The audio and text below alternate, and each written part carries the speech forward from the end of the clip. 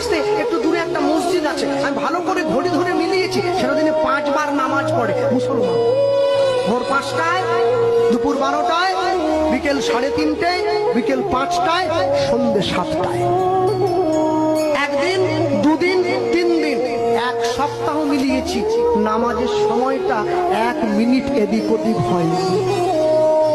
আপনাদের এই পুরো সবঙ্গে যদি বন্যা হয়ে যায়, তবু নামাজের সময়টা পরিবর্তন হবে না, ওটা ভোর 5টার নামাজটা 5টাতেই হবে।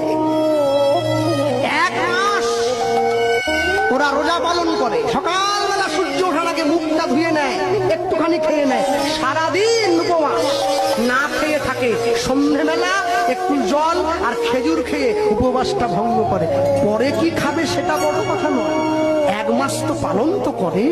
আর আমার বাড়ির মা বোনেদেরকে বললে কি একাদশী করবে?